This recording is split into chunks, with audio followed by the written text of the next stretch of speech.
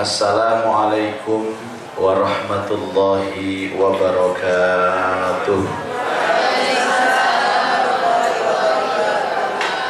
Bismillah, alhamdulillah, wassalatu wassalamu ala rasulillah Sayyidina wa maulana Muhammad ibn Abdillah wa ala alihi wa ashabihi wa mawalah wa la hawla wa la quwata illa billah. Subhanaka la ilma lana illa ma'allamtana innaka antal alimul hakim.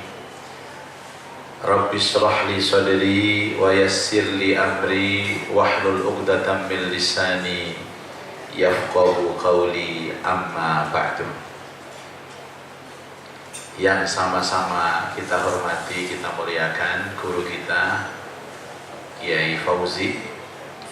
Ini guru kita juga adik saya, beserta dengan guru kita juga Ustaz Zainal Sahibal Bait Al-Mukarram Bapak Gunawan Wibisono sekeluarga, Bapak Dandim atau Bapak dari TNI, serta peserta setia pengajian Sakinah Mawaddah Warahmah, ibu-ibu, bapak-bapak yang malam ini kelihatan cerah-cerah, sumringah, glowing, tapi masih nampak ada beban kehidupan, yakni cicilan belum lunas, yang insya Allah semuanya dirahmati Allah. Tidak lupa kakak saya Pak Alif yang di belakang. Alhamdulillah wa syukurillah, malam ini Allah takdirkan kita, Allah izinkan kita untuk bersama-sama hadir. Dan saya yakin niat kita sama, niat kita bersilaturahim, niat kita bertolabul ilmi, dan niat kita mencari hiburan. Orang itu setelah ngaji harus terhibur.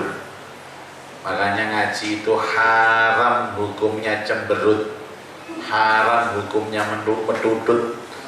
Makanya mulai sekarang tolong dibuka senyumnya lebar-lebar. Senyum mulai.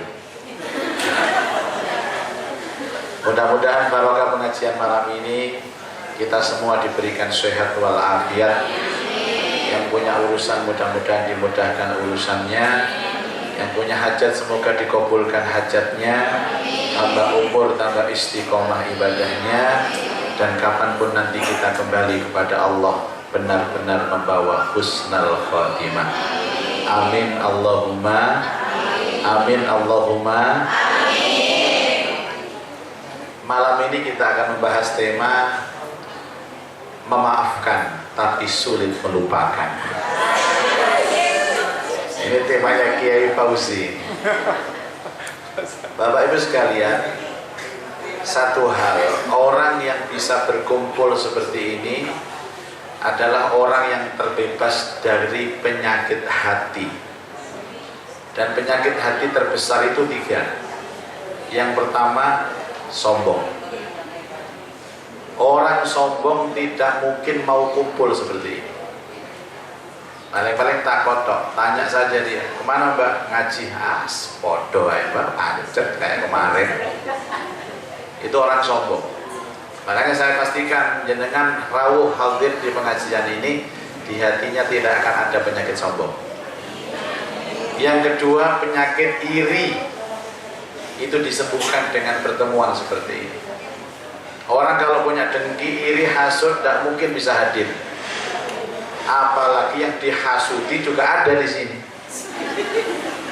Dia datang tambah. Oh datang dia, duduknya paling depan itu, kerudungnya kuning. Oh kalau dia datang, aku mau datang. Dan yang ketiga, penyakit pelit. Orang pelit tidak mungkin mau datang ke sini. Orang pelit itu semuanya juga pelit. Uangnya pelit, senyumnya pelit, ngomong juga pelit. Jadi saya pastikan Bapak Ibu yang hadir malam ini terbebas dari 3 penyakit kronis. 1 sombong, 2 hasud, 3 pelit. Orang pelit itu apa tidak sholat? Sholat. Apa tidak ke masjid? Ke masjid, malah aktif. Dia ketua takmir. Tapi ada yang paling ditakutkan orang pelit itu apa, Bu? Kota amal. Orang pelit itu kalau lihat kota amal mesti kaget. Astagfirullahaladzim. Dan dia kalau duduk Jumatan itu pasti menghindari kota amal. Kalau kota amal ada di utara, dia pasti duduk di paling selatan. Padahal kota amal itu pasti berjalan. Semakin mendekati dia, semakin dakdikduk hatinya. Sehingga dia mesti terpejam matanya sambil istighfar, astagfirullahaladzim, astagfirullahaladzim. Berharap kota amal itu melewati dirinya. Ternyata pas di depannya mandek kota amal itu. Dia melek, astagfirullahaladzim. Nah Bapak Ibu, tentu banyak hal terjadi di dalam kehidupan ini. Ada hal yang menyenangkan, ada hal yang tidak menyenangkan. Saya dalam perjalanan dari Surabaya menuju ke Perak Bulan ini juga mengalami berbagai hal. Sama seperti saya ketika menasehati jamaah haji. Saya katakan kepada mereka bahwa haji itu kan tamunya Allah. Dan haji itu kan miniatur kehidupan, sama kayak hidup. Kadang ada orang ketemu kita menyenangkan, kadang tidak menyenangkan. Kalau menyenangkan nggak ada masalah. Yang harus kita selesaikan itu yang tidak menyenangkan. Nggak usah jauh-jauh. Kita punya istri saja, kita punya suami, itu kadang-kadang menyenangkan, kadang-kadang tidak menyenangkan. Makanya ada istilah baiti jannati, rumahku adalah surgaku. Karena ada istilah rumahku surgaku, maka ada istilah baiti nari, rumahku adalah nerakaku. Kapan rumah menjadi surga? Saat pasangannya menyenangkan. Kapan rumah menjadi neraka? Saat pasangannya menggeregetkan, tidak menyenangkan. Orang itu yang hatinya senang, durasi waktunya akan cepat. Kalau benci, kalau nggak senang, durasi waktunya itu akan panjang. Makanya apa bedanya manten baru sama manten lama? Manten baru itu subuhnya cepet. Loh mas, kok sudah subuh? Itu manten baru. Kalau manten lama, subuhnya lama. Apalagi suami yang tidur di sampingnya ini sudah membosankan. Tidurnya itu ndoweh, ngorok. Ya Allah, kok lama subuhnya ini ya Allah. Padahal jam antara sah sampai subuh itu sama. Tapi berhubung hatinya itu manten baru itu berbunga-bunga, durasi waktunya cepat. Yang manten lama karena hatinya sudah bosan, itu pasti akan lama. Sama dengan pengajian ini. Ibu-ibu, bapak-bapak kalau senang dengan pengajiannya, menikmati pengajiannya, cinta dengan pengajiannya, maka pengajian ini akan terasa cepat. Gak kerasa sampai ngaji 1-2 jam, gak akan terasa. Yang terasa, yang ceramah. Rasul Shallallahu Alaihi Wasallam itu pernah didatangi oleh seorang sahabat. Hadis ini disarikan dari Abdullah bin Umar, riwayat At-Tabrani. Dan sahabat ini bertanya kepada baginda, Ja'a Rasulullah Nabi Shallallahu Alaihi Wasallam, summa sa'ala, ayyul a'mal ahabbu ilallah. Apakah amal yang paling dicintai Allah? Jadi quote-nya itu paling dicintai. Orang cerdas itu selalu memilih paling. Ya. Misal, berarti kan Allah ini banyak mencintai amal. Nah, ini amal dicintai Allah, ini amal dicintai Allah, dicintai Allah. Tapi ada yang paling dicintai Allah. Dan orang cerdas akan memilih yang paling. Misalkan ada laki-laki yang belum menikah ya, ada ini perempuan ini cantik, pasti dia akan memilih yang paling cantik dan paling disukai. Kalau diundang makan misalkan di restoran ini ada banyak menu enak, orang cerdas akan memilih menu yang paling enak dan paling disukai. Bukan dimakan semua. Itu bedanya orang cerdas sama orang geragas. Kalau orang geragas semua dimakan, padahal pasti perutnya sakit. Nah Nah, apa jawaban Nabi? Jadi bukan sholat, bukan apa, tapi satu, sururun yudkhiluhu ala qalbi akhi, kebahagiaan yang kamu masukkan di hati saudaramu, menyenangkan orang, itu khalus surur, itu amalan yang terbaik. Jadi kalau melihat hadis ini, bagaimana caranya kita hidup, orang lain harus senang walaupun diri kita mengorbankan kesenangan.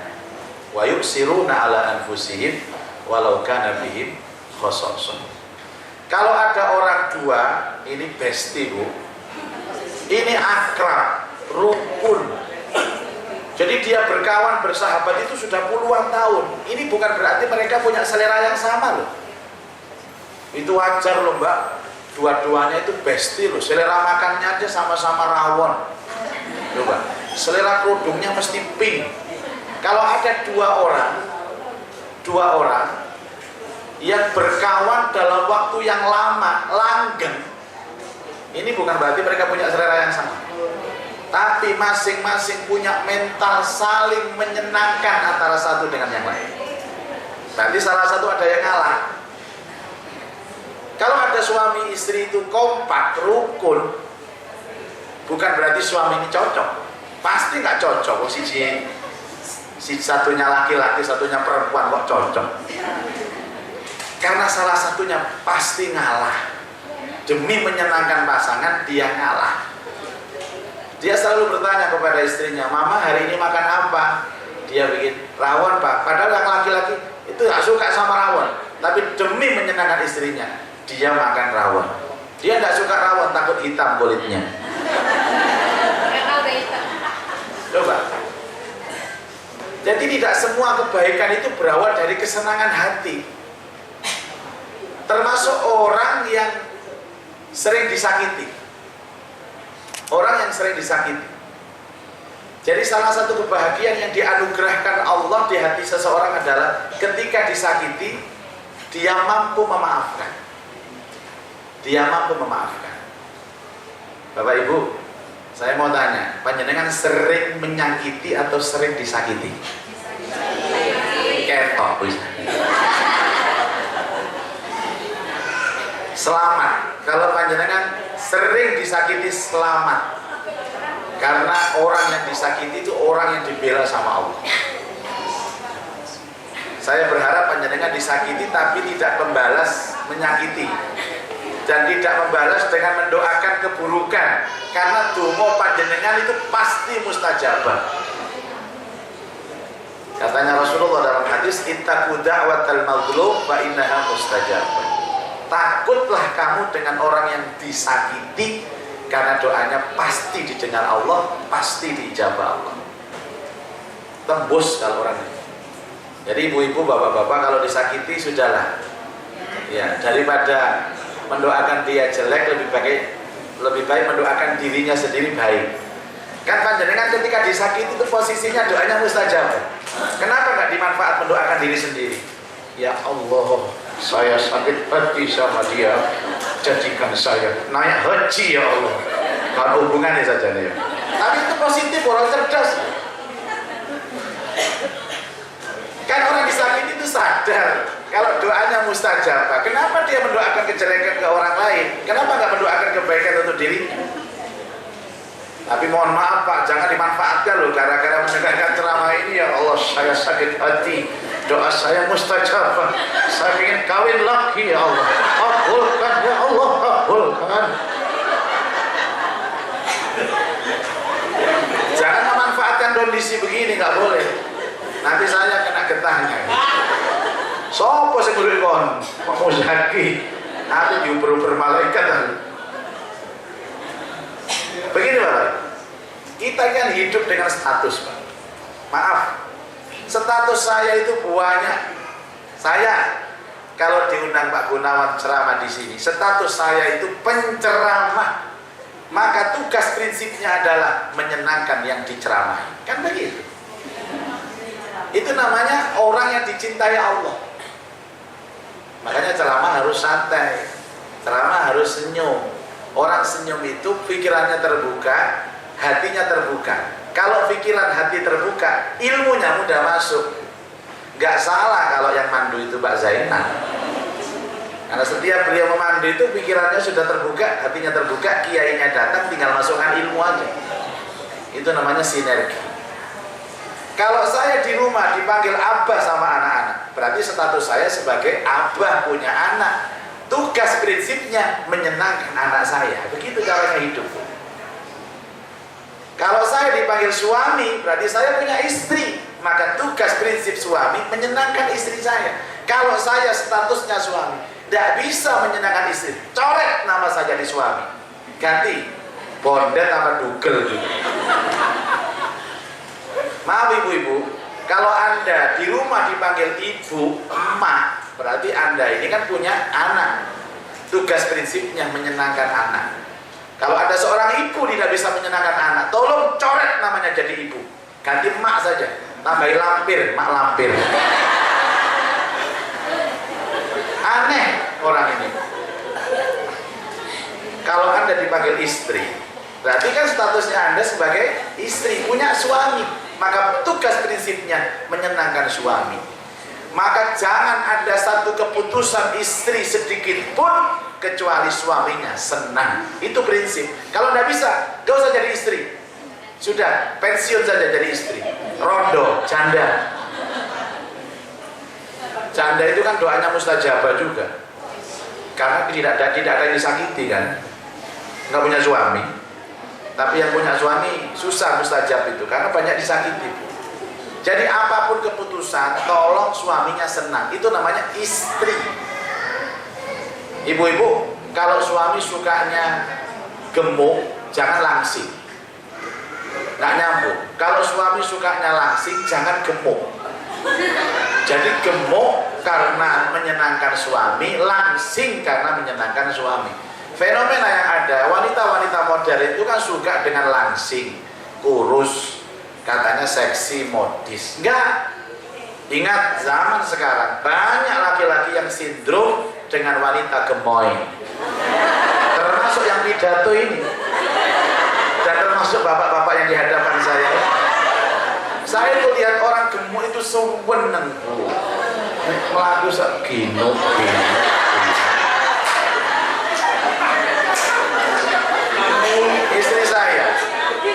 Istri saya ketularan dengan wanita-wanita modern.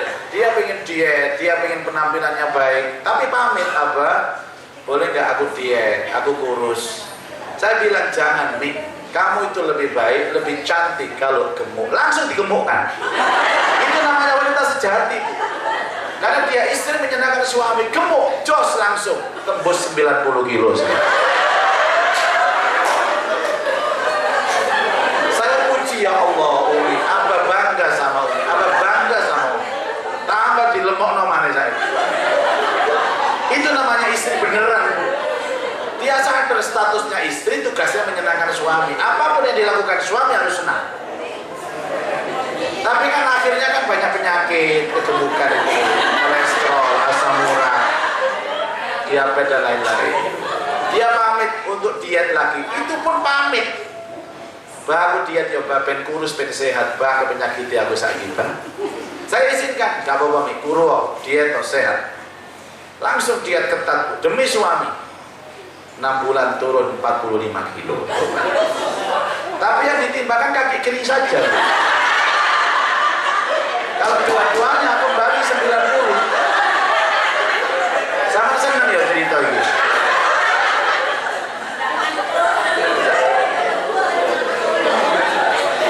Saya bukan pamer status ya, Yai Fauzi. Yai Fauzi ini alim. Saya ini dapat amanah menjadi imam besar Masjid Nasional Al-Akbar Surabaya. Imam Masjid Nasional itu di Indonesia ada dua, ada Istiqlal sama Al-Akbar. Dan baru-baru ini saya juga diangkat oleh Dewan Syari'nya Masjid Ampel, Masjid Agung Sunan Ampel sebagai imam besar Masjid Agung Sunan Ampel. Dua jabatan yang non profit. Saya tidak pernah tahu itu angka bayarannya berapa.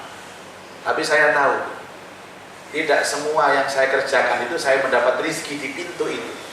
Saya mengabdi di masjid, tapi bayaran saya diberikan sama Pak Gunawan Bibisono. Coba di pengajian ini, saya mengabdinya di sana, tapi dapat makannya dari terak bulan. Itulah Allah. Jadi jangan dikira panjenengan sedekah sama satu orang, terus balasan sedekahnya dari orang yang Anda kasih sedekah. Itu pikiran picik namanya. Anda bersedekah kepada si A, tapi dapat sesuatu dari si B. Itu cara Allah buka pintu rezeki kita. Makanya suami-suami itu ketika dia menafkahi istrinya dengan nafkah yang banyak, istrinya senang. Jangan dikira istrinya itu balas ngasih uang ke suami, itu malah keliru. Kalau ada kayak Kiai Fauzi ini ngasih nafkah, ngasih belanja ke istrinya ini banyak, lihat undangannya banyak, di luar itu banyak, kayak saya ini, ya kan? Itu cara Allah. Jadi kenapa kita ragu-ragu berbuat kebaikan? Lah, apa bedanya Masjid Al-Akbar sama Masjid Ampel? Ini dua masjid ini sama-sama yang mendirikan itu wali, Pak Gun. Kalau Masjid Ampel kan waliullah, Masjid Al-Akbar wali kota. Pak Sunarto dulu. Apa Alif? Enggak gini? Pak Narto gini? Pak Narto. Mas Zainal hafal. Terawihnya sama. Ampel itu 20 rakaat plus 3 witir. Al-Akbar 20 rakaat plus 3 witir. Apa bedanya? Kalau Al-Akbar selesai jam 8, Ampel setengah 11 malam. Padahal imamnya sama, jumlah rakaat tarawihnya sama. Kenapa beda? Karena servis kepada makmum, karakter makmumnya berbeda. Dan saya ketika ngimami itu berarti saya itu imam. Tugas saya menyenangkan makmum. Tidak mungkin sama antara satu masjid dengan masjid yang lain karena karakter makmumnya berbeda. Oh, di Ampel seneng lah, panjang seneng, 1 juz setengah seneng, setengah 11, tidak sepi masjidnya. Tambah malam tambah penuh, tambah akhir Ramadan tambah penuh. 1 juz. Pernah saya coba Al-Akbar 1 juz, entek jamaahnya, habis. Ini loh, hidup itu begini. Apalagi di rumah, tak pakai 1 juz, tinggal 3 itu makmumnya. 1 ketua takmir, 2 muadzin, 3 marbot. Jadi kalau ada imam terlalu panjang, terlalu lama, itu dosa imamnya, karena dia menyiksa makmum, menyakiti hatinya makmum. Itu loh urusan sholat. Rasul Shallallahu Alaihi Wasallam dalam hadis yang sahih itu pernah hendak sudah takbiratul ihram, Allahu Akbar, terdengar suara tangisan bayi. Rasulullah mempercepat gerakan sholatnya, mempercepat bacaannya, sampai sahabat setelah sholat bertanya, ya Rasulullah, hari ini sholatnya kok berbeda dengan biasanya, lebih cepat bacaannya, lebih cepat gerakannya. Apakah ada wahyu turun ya Rasul? Enggak. Aku tadi mendengar suara tangis bayi. Aku takut kalau lama menyiksa ibunya dan menyiksa jamaah yang lain. Pada saat menghadap kepada Allah dalam sholat pun Rasulullah masih memikirkan perasaan makmumnya. Coba. Jadi jangan dikira makmum panjang itu baik. Jangan. Gak semuanya baik. Jangan dikira ceramah panjang itu baik. Terlalu panjang gak baik. Yang kita pikirkan begini, Pak Bu, jangan kita itu memaksakan orang lain mengikuti pikiran kita, tapi cobalah memahami pikiran orang lain. Itu namanya mukmin yang cerdas. Begitu. Jangan egois. Saya ini kan penceramah, ini kan sering ditelepon sama jamaah. Pak Yai, bisa ceramah di rumah saya? Di mana Pak? Demak, Surabaya. Oh iya, acara apa Pak? Walimatul Urus. Saya mau mantu Pak Yai. Oke. Tanggal berapa, jam berapa? Sudah, sepakat, insya Allah saya datang. Ngapunten Pak Yai, biasanya Pak Yai dijemput atau bagaimana? Sudah, saya berangkat sendiri. Kenapa sih urusan begini mau ngerepotkan yang undang? Oh, saya juga punya kendaraan, punya sopir. Sudah, Bapak tinggal standby di sana saja, mempersiapkan acara. Pak Yai Muzakir tarifnya berapa? Tanya tarif. Dikira biskotas jauh dekat 5.000. Pak, saya tidak ada tarif Pak. Sudah. Kalau panjenengan sayang sama saya, kasih sedekah yang banyak. Kalau tidak ya terserah panjenengan. Ya kan? Banyak itu alhamdulillah. Kalau sedikit ya masya Allah. Enggak. Doakan saya sehat sudah. Saya berangkat ke sana. Acara jam 9 pagi di luar sana Bu. Ada tenda teropnya begitu. Jamaahnya datang semua. Saya sudah datang. Ternyata acara belum dimulai. Saya lihat jamaahnya kepanasan Bapak Ibu, kipas-kipas semua. Ini yang Masya Allah. Padahal kita mau mengundang orang itu tujuannya cuma satu, menyenangkan orang, meringankan orang. Saya pernah diundang salah seorang pejabat di Surabaya Bu. Pada saya itu namanya VVIP, antri salaman resepsi itu loh, 2 jam. 2 jam, padahal belum makan malam itu. Jadi berdiri tuh antri sampai istri saya itu sepatunya diambil karena hatnya tinggi kan. Kalau saya kan nggak pakai hat. 2 jam itu antri. Ini mau menyenangkan orang, mengundang kita atau mau menzalimi orang. Nah ini panas semua, panas. Makanya saya tegur ini, Pak. Ini kan jamaahnya sudah datang. Saya ceramah sudah juga datang. Kenapa acara belum dimulai? Maaf Pak Yai, MC-nya ini bannya bocor. Ini lagi cari tambal ban. Loh, jadi sampai baru mulai acara kalau sudah tambal bannya datang. Jangan Pak, kasihan itu jamaah. Terus gimana Pak? Ya sudah, saya sendiri MC-nya. Saya bisa Pak ya? Bisa, gampang MC itu. Masih susah ceramah daripada MC. Paham? Nggak meremehkan kan? Ini meyakinkan dia itu loh Pak. Ya di samping juga mudah, makanya bayaran ceramah itu lebih banyak daripada MC mana-mana. Nggak ada kita MC lebih banyak itu nggak ada. Itu masih salah itu, salah sistem itu. Sudah saya sih. Ini Pak ya, korinya ini sakit perut Pak ya. Murus ketengin. Ini periksa di puskesmas. Ya Allah Pak, sudah. Gak usah kori, saya sendiri korinya. Bisa, gampang, bisa. Saya ini juara kori, tanya Ustaz Fauzi. Sholawatannya, saya sendiri. Niat saya cuma satu, itu kholus surur, supaya jamaah yang sudah datang itu gak tersiksa. Sudah. Akhirnya saya garap semua job-joban ini. Kori saya, MC saya, mimpin sholawat saya, ceramah saya, doa juga saya, korongan. Ya, job-job saya terima semua, kecuali terima tamu nggak saya terima. Ya saya langsung biasa Pak Bu. Mic saya ambil. Assalamualaikum warahmatullahi wabarakatuh. Acara pertama pembacaan ayat suci Al-Quran oleh saya sendiri. Shadaqallahul azim. Berikutnya sholawat Nabi saya sendiri. Jamaahnya sewenang semua. Ya Allah. Acaranya simple, acaranya khidmat luar biasa. Saya juga sih berharap ya jatai MC kayak aku, jatai kori ya kayak aku. Kan namanya manusiawi, saya berpikir seperti itu. Ternyata pancet. Itulah amplopnya, penceramah tok. Dan tuan rumahnya langsung pegang. Bapak Ibu sekalian, kalau kepingin ada acara di rumah, undang pengajian dengan paket hemat, maka silakan mengundang Pak Yai Muzaki ini. Ini yang saya rugi. Oke, menyenangkan orang lain. Lah kemudian kadang-kadang kita ini disakiti orang. Orang menyakiti itu kan ada 3 faktor. 1 memang sengaja menyakiti kita. Yang kedua memang tidak sengaja menyakiti kita.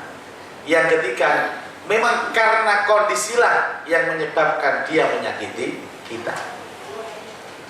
Orang yang sengaja menyakiti kita ini siapa Bu? Ya orang yang hasut kepada kita, orang yang benci kepada kita. Kita ini kan bergaul dengan orang-orang yang iri itu kan Masya Allah Bu. Orang iri itu kan kalau melihat kawannya itu senang, dia susah. Kalau dia melihat kawannya susah, dia senang. Tetangga itu beli mobil baru, kemudian besok lagi renovasi rumah, nafasnya sesek. Besok lagi dengar kalau suami istri daftar haji plus stroke. Akhirnya meninggal dunia gara-gara memikirkan orang lain. Dan kalau kita melihat apakah orang yang dibenci itu kemudian orang buruk, tidak.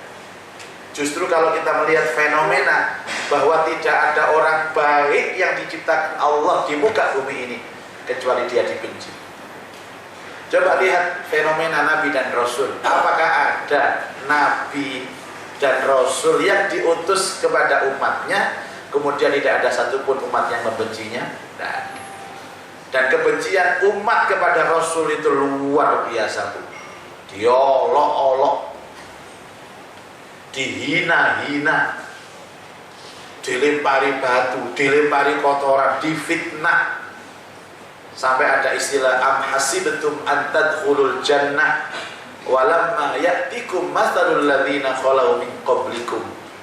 Apakah kamu mengira akan masuk surga dengan enaknya sebelum datang kepada kalian sesuatu yang pernah datang kepada umat-umat terdahulu? Apa mereka? Masadhumul ba'sa wad-dharra. Mereka ditimpa kemelaratan, kesengsaraan, kesulitan, kesusahan. Itu saya baca tafsir, kesulitan, kesusahan yang diantaranya adalah ancaman, intimidasi, kebencian, rongrongan dari orang lain. Wazulzilu, digoncang-goncang kayak Nabi, di sana diusir, di sana mau dibunuh, hijrah ke sana dikejar-kejar, sampai mengatakan hatta yaqulan Rasul, sampai Rasul mengatakan walladzina amanu mata nasrullah. Itulah klimaks toh, notok-notoknya sampai mata nasrullah. Kapan kau tolong aku ya Allah? Dijawab oleh Allah, ala inna nasrullahi qarib. Jadi pendek kata, dalam sejarah pertama kali manusia diciptakan sampai nanti akhir zaman, tidak ada ceritanya orang baik itu dibiarkan di zona aman, nggak dibenci sama orang, nggak ada. Kalau ada orang sini hidupnya nggak pernah dibenci orang, nggak pernah difitnah orang, maaf, Anda belum kategori masuk orang baik. Paham nggak ini? Jadi ketika nanti dibenci orang, diolok-olok orang, dihina orang, difitnah orang, langsung sujud syukur. Alhamdulillah ya Allah, saya positif orang baik. Aneh kalau kita mengaku baik tapi belum pernah dihina orang, belum pernah disakiti orang. Orang baik itu disakiti, yang tidak baik menyakiti. Maka senjatanya orang baik yang saya ceritakan disakiti itu cuma satu, apa? Memaafkan. Sampai waktu. Semangat ini. Senjatanya cuma satu, memaafkan. Rasul Shallallahu Alaihi Wasallam, masya Allah, masya Allah, itu pernah sholat di depan multazam bersama dengan putri tercinta waktu itu masih kecil, Sayyidatuna Fatimah Az-Zahra. Fatimah masih kecil. Ketika sholat di multazam itu datang namanya Abu Jahal. Abu Jahal melihat Rasulullah sholat, itu ngajak gengnya, sini, Muhammad sholat. Terus dia menyuruh salah seorang namanya Mu'id, itu saya ingat bacaan namanya Mu'id, itu disuruh mengambil kotoran onta yang masih basah plus jeroannya. Coba baca Sirah Nabawi Sofiyur Rahman Mubarakfuri kitab Ar-Rahiqul Maktum. Jadi kotoran onta yang masih basah plus jeroannya onta, bayangkan baunya gimana, jijiknya gimana. Ketika Rasulullah sujud, disiramkan di atas punggung beliau. Sampai Fatimah yang menyaksikan nangis. Sampai selesai sholat, Fatimah mengatakan, ayah, kenapa ayah tidak membalas? Kenapa ayah tidak membalas? Kenapa ayah diam? Ayah sudah memaafkan dia. Tapi nak, ayah tahu ada waktunya nanti membalas. Dan Allah sudah sampaikan ke Allah, biar Allah yang membalas. Ini jawaban. Berarti orang yang telah memaafkan itu masih ada, mengingat kesalahan masih ada, dan itu boleh. Gak ada ceritanya orang memaafkan itu ngelalek noplas, gak bisa. Anda bukan malaikat, saya bukan malaikat. Ya saya maafkan, sudah selesai ya urusan kita, tapi masih ada ingat-ingat. Dan Rasulullah SAW mengangkat tangan. Ya Allah, orang ini, saya sebut namanya Abu Jahal, ABC ini. Sudah, aku serahkan kepada engkau ya Allah. Engkau yang maha membalasnya. Itu artinya Rasulullah pada saat itu memaafkan. Tapi Rasulullah masih berdoa kepada Allah. Dan doanya itu kan didengar oleh Abu Lahab waktu itu. Jadi Abu Lahab itu mendengar doa Rasulullah kalau dia bakal di satu ketika satu peperangan dia akan mati. Sehingga pada perang Badar itu Abu Lahab gak ikut karena dia ingat doanya Nabi. Jadi orang-orang musyrik itu yang sesungguhnya mereka mengingkari Rasulullah itu yakin dengan doanya Nabi sebenarnya. Mulai dari takut dia. Waduh, jangan-jangan doanya Muhammad dikabul nanti. Ternyata dia tidak datang perang Badar, pulang malah dia mati di rumahnya, kena penyakit gudik, penyakit kolik sampai busuk. Bahkan ketika mati tidak ada seorang pun yang menjamah jasadnya, saking busuknya dia. Kemudian akhirnya disurung sama kayu, dilubangi di bawah tempat tidurnya disurung sama kayu, kemudian sampai dia jatuh dikubur. Menghindari doa Nabi mati di perang Badar, malah matinya lebih tragis di rumah. Nabi itu selevel Nabi, orang yang dekat dengan Allah, yang hatinya bersih, masih ada hati kepingin nanti ada sendiri balasan, karena sudah sangat keterlaluan. Panjenengan saya ini siapa? Gayanya memaafkan, iya, tak maafkan kamu. Tapi saya ini dulu Pak Gun itu pernah punya pelatihan. Pelatihan ini judulnya anti dendam.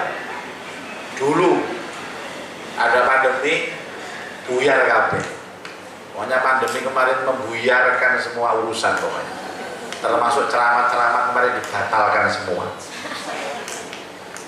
Nah, biasanya setiap kali pelatihan itu ada 30-40 peserta. Ternyata prosentase dari beberapa pelatihan itu 95% pesertanya ibu-ibu kaum wanita. Itu dari beberapa yang kami buka pelatihannya. Ternyata pesertanya itu banyak ibu-ibu. 40 itu yang 30 ibu-ibu, yang 10 bapak-bapak. Berarti bisa saya simpulkan potensi sakit hati, dendam, benci antara laki-laki dan perempuan itu lebih besar perempuan. Survei membuktikan. Kenapa Bu? Karena baperan, dikit-dikit baper. Kadang-kadang disindir temannya sedikit waktu pengajian begini, mbak, kok niki ya opo sih mbak? Gawe kudu ngabang kok klambine ireng gak cocok. Ngono iku gak ngaji maneh wisan. Apa sing ikut melok pengajian iki lho, lambe turah kabeh. Ngono iki. Kalau laki-laki kan ndak, Bu. Ibu-ibu nyapa tetangga, "Bu, monggo. Monggo, Bu." Ternyata tidak direken sama dia, gak dihiraukan. Wis gak enak kabeh, wis gak doyan mangan, gak iso turu. Ono apa sih, mbak iku aku nyopo gak direken, ono apa? Wedok. Ya lanang, assalamualaikum, gak dijawab ya wis. Ya kan? Makanya kan katanya Rasulullah, bapak-bapak, takutlah kepada Allah urusan wanita. Fattaqullah fin nisa. Diulang 3 kali, fattaqullah fin nisa. Takutlah kepada Allah urusan istri, urusan perempuan. Karena dia diciptakan dari tulang rusukmu yang mudah patah dan mudah bengkok. Perempuan itu dikerasi, cuklek, dilunaki, bengkok. Wangil ngurus sampean itu. Tapi ya butuh ya diurus aja. Iya kan? Jadi baper. Baper itu yang bikin kita itu sakit hati apa sekarang macam. Nah, ketika pelatihan di segmen terakhir, gini caranya. Segmen terakhir dalam pelatihan itu Biasanya kita suruh berdiri jejer begini, menghadap ke arah kiblat. Dalam posisi punya wudhu kalau bisa. Biasanya kita suruh tarik nafas. Ibu-ibu, karena pesertanya banyak ibu-ibu, coba tarik nafas yang dalam dari hidung. Tarik sekarang juga, keluarkan dari mulut. Tarik lagi sampai 3 kali. Nanti ibu-ibu bisa terapkan di rumah. Kalau membenci seseorang, ditarikkan nafas yang keempat. Tarik nafas, tahan. Bayangkan wajah manusia yang paling dibenci sekarang juga.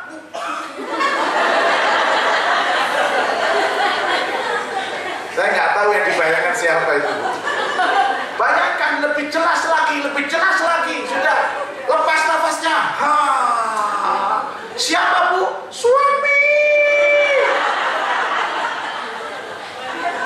Orang 40 jawabnya kompak suami. Dan itu wajar.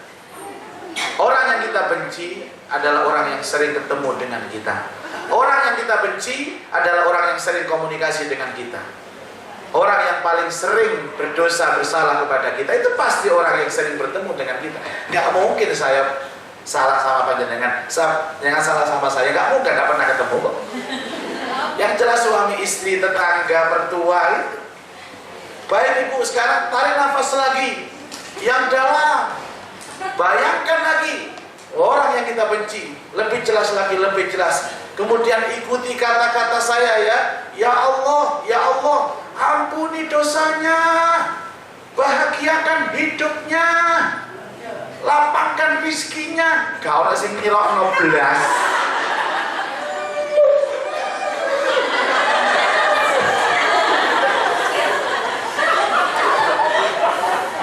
Lepas nafasnya. Kenapa bu? Males. Saya membenci dia, masa didoakan dia supaya diampuni dosanya, dilapangkan rezekinya. Males. Inilah penyakitnya. Setiap kita membenci seseorang, karena kita mungkin dizalimi, disakiti, kita tidak bisa mendoakan dia baik. Dan demi Allah, sampai mati pun dendam dan tidak bisa memaafkan itu akan ada dalam hati kita. Itu jawabannya. Maka Rasulullah kan in udhiya ya'fu wa la yu'aqib. Kalau disakiti, dimaafkan, tidak membalas. Paksakan bu, doakan, paksakan. Kalau kepingin hilang, paksakan. Sudah, ada nafas lagi. Tahan, ingat-ingat siapa yang dibenci. Tirukan kata-kata saya. Paksakan. Ya Allah, ya Allah, ampuni dosanya. Ampuni dosanya, ya Allah. Lapangkan rezekinya, ya Allah. Lucu. Sampai tarikan nafas yang ke-7 bu, nangis mereka ini. Ya Allah, ampuni dosa suamiku. Ya Allah, lapangkan rezekinya, angkat derajat. Nangis.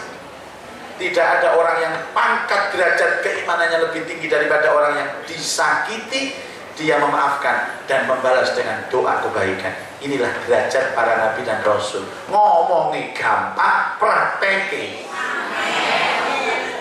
gak bahaya taiku.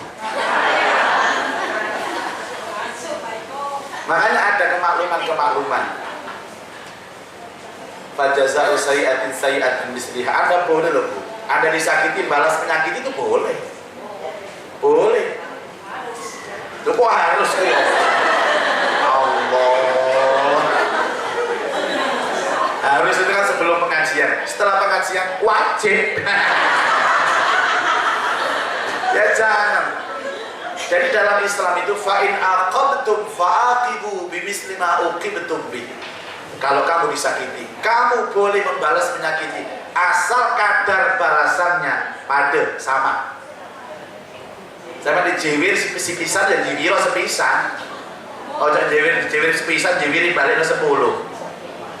Tapi ingat, faman afa wa aslaha fa ajruhu 'ala Allah. Kalau kepingin derajatnya naik, memaafkanlah, berbuat baiklah kepada dia, fa ajruhu 'ala Allah, maka pahalanya ada di hadapan Allah. Oh, kalau sudah begitu Bapak Ibu, dialah orang yang paling berbahagia. Karena apa? Karena Menyimpan dendam, tidak memaafkan kan sama dengan menyimpan sampah dalam hati. Dan sampah ini kalau dibiarkan, dia pasti membusuk. Kalau membusuk masih dibiarkan, ada setnya, ada belatungnya. Dan kalau itu masih dibiarkan, akan merusak semua organ-organ tubuh kita. Orang yang tidak bisa memaafkan itu orang yang paling sengsara dalam hidupnya. Makanya ada istilah, Bu, kalau memang belum siap mungkin memaafkan, tapi kalau melihat sakelebatan cekot sudah boleh Anda menghindari, itu boleh, tidak ada masalah. Bukan untuk memutus silaturahim, tapi untuk menjaga hati sampai benar-benar siap. Begini, ada namanya hidup itu dalam kondisi kepepet. Makanya ada istilah orang Madura, the power of kepepet. Ibu-ibu, ada hal yang harus dipaksakan. Contohnya begini, kita berat mau bertemu dengan seseorang karena masih gak enak hati. Saya harus ketemu dia. Tidak ada orang yang paling dimuliakan Allah, paling dicintai Allah, kecuali orang yang memulai untuk menjalin silaturahim. Maka silaturahim itu bukan orang yang sudah akrab ketemu, bukan. Putus ketemu, itu namanya silaturahim.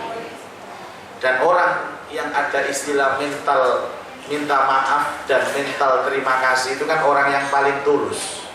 Segala sesuatu problem kehidupan, solusinya cuma satu, minta maaf dan memaafkan.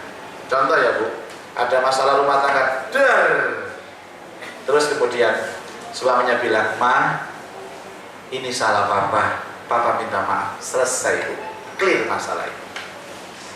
Jadi suaminya punya mental minta maaf, ternyata istrinya juga punya mental minta, bukan salah papa, ini salah mama, Pak. Bukan salah papa, salah mama. Akhirnya ribut mana ya?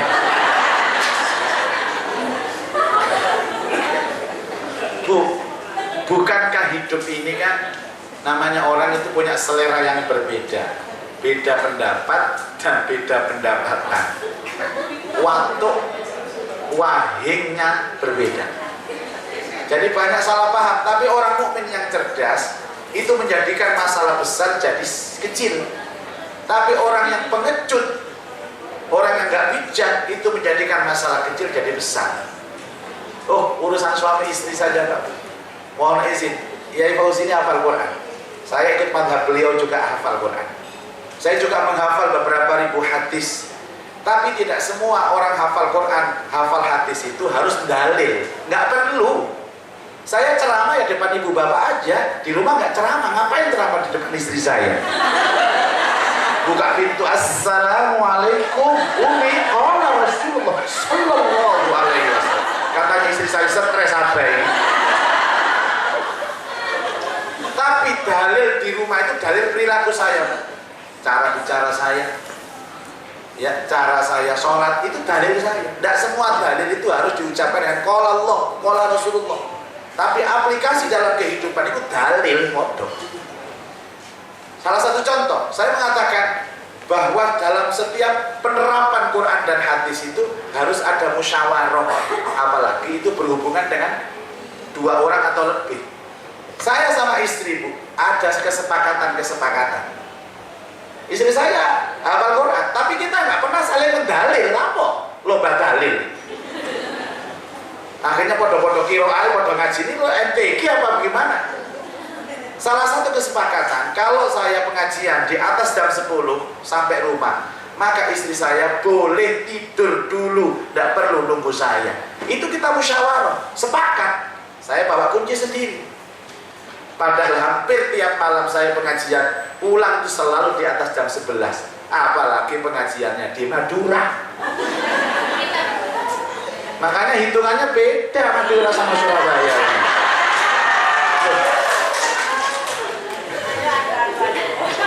Nah, sudah enak kan? Saya memaklumi, istri memaklumi. Saya datang di atas jam 11, jam 12, saya buka pintu sendiri, tidak perlu ketuk pintu, sudah bawa kunci. Saya lihat di kamar istri saya sudah tidur, Bu, angler, Bu, melungker, Bu, plus ngiler. Ngiler itu tandanya tidurnya nyenyak. Makanya itu nikmat dari Allah. Salah satu bentuk nikmat Allah, tidurnya ngiler. Soalnya, mama kok ngiler? Ini nikmat dari Allah, Bapak. Mari pengajian ilmunya wake. Sudah. Terus saya buka kulkas, Bu. Sudah ada minuman sirup kesukaan saya, itu gelasnya besar. Saya tidak perlu membangunkan istri perkara ini sirupnya siapa. Orang tidur nyenyak hanya dibangunkan perkara takon ngombe. Sudah sama-sama sepakat ini pasti itu saya. Saya minum sirupnya, Bu. Separuh karena gelasnya besar. Yang separuh saya taruh di atas kulkas, berharap nanti saya minum lagi. Ternyata saya lupa, ketiduran saya. Sama bangun jam 3 saya ke masjid. Sudah sepakat, pokoknya saya kalau jam 3 bangun, istri masih tidur, saya tidak perlu bangunkan istri. Apalagi pas gak sholat, saya langsung ke masjid. Sudah, ini kan enak sepakat seperti ini. Meminimalkan masalah dengan kesepakatan.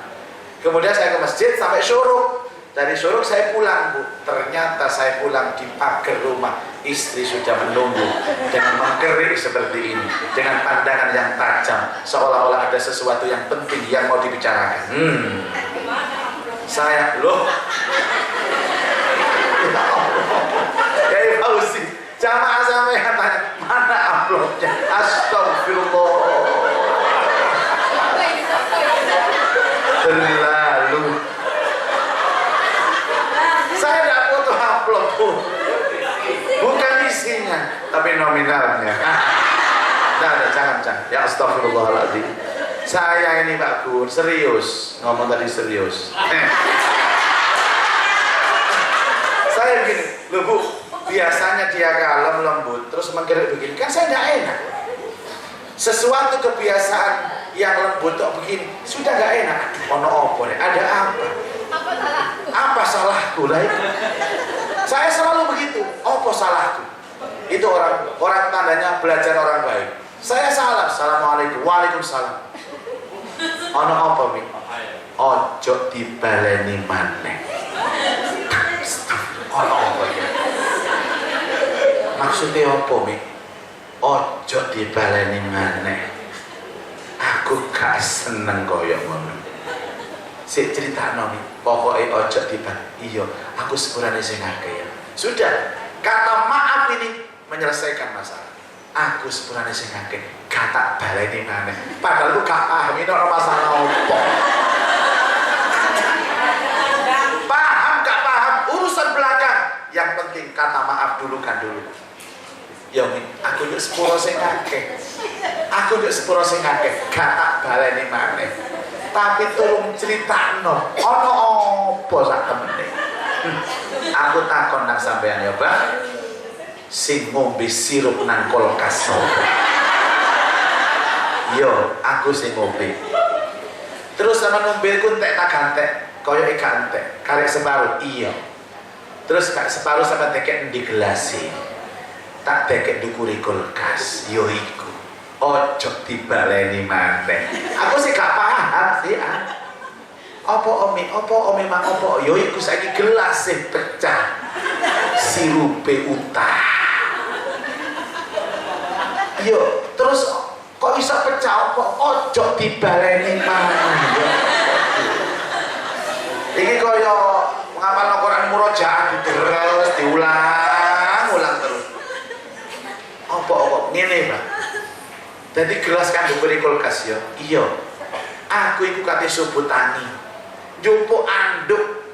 Lah gelas iku kesamplung andukku. Pecah gelas.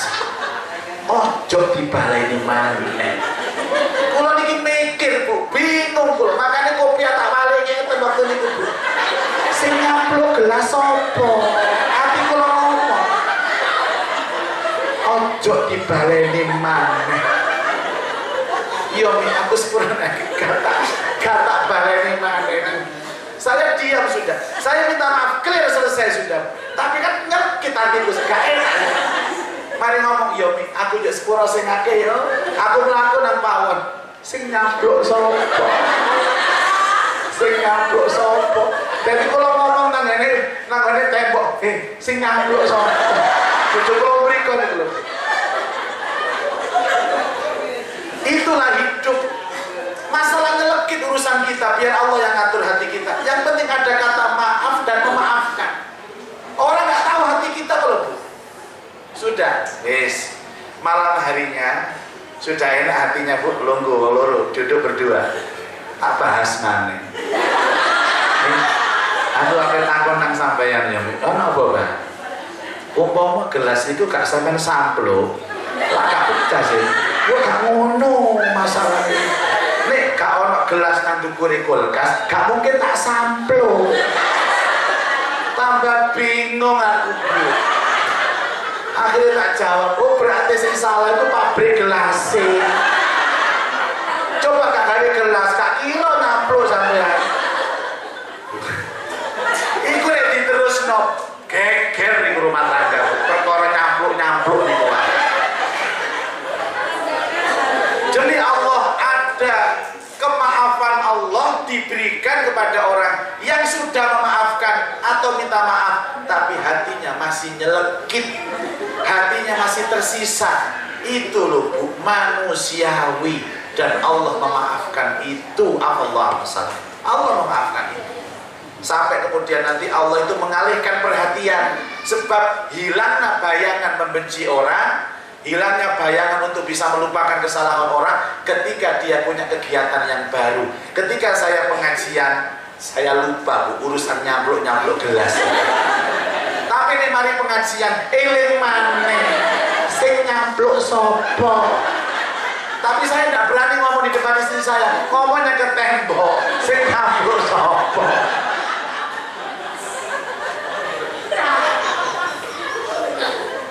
Hati kita urusan dengan Allah, silahkan. Makanya begini, Pak, bolehkah saya menyapa orang dengan senyuman padahal hati saya sakit? Boleh dan wajib. Menyimpan kebencian, menyimpan dendam, dan mengungkapkan wajah berseri-seri, wajhun malih kepada orang lain, itu dicintai Allah. Daripada, Pak, saya orang yang Madura, Pak, nggak mungkin saya bisa munafik, Pak, hati saya, Anda akan banyak kebencian. Munafik itu bukan begitu. Kalau untuk urusan demi untuk supaya kebahagiaan orang lain ada, kita tetap bersatu, tetap kompak, menahan kebencian dan menampakkan wajah berseri-seri, itu hukumnya wajib. Itu konsep hidup.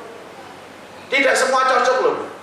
Makanya begini, kalau ada rapat apapun, rapat takmir, rapat organisasi, rapat keluarga, tidak semua pendapat sama.